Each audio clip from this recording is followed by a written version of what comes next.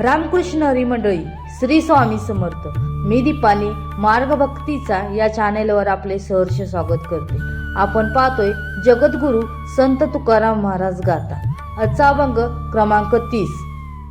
महाराशी शिवे कोपे ब्राह्मण तो नव्हे, तया प्रायचित्त काही देह त्याग करिता नाही. नातळे चांडाळ त्याच्या अंतरी विटाळ, त्याचा संग चित्ती तुका म्हणे तो ते याती.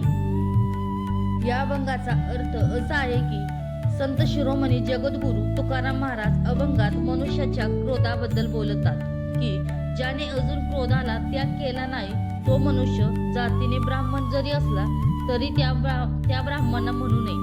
क्रोध मनुष्याचा शत्रू आहे. क्रोधामुळे माणूस आपल्यातली माणुसकी विसरतो. क्रोधामुळे मनुष्य अनेक चुकीचे निर्णय घेतो. तर क्रोधानेच मनुष्याचा अहंकार शिरस्थानी असतो. ब्राह्मण 4 वर्णाचा श्रेष्ठ मानला जातो. मग अशा ब्राह्मणात जर क्रोध येत असेल तर अशा क्रोधासाठी त्या ब्राह्मणाने देहात प्रायचित्त केले तरी त्याला शुद्धी होऊ शकत नाही.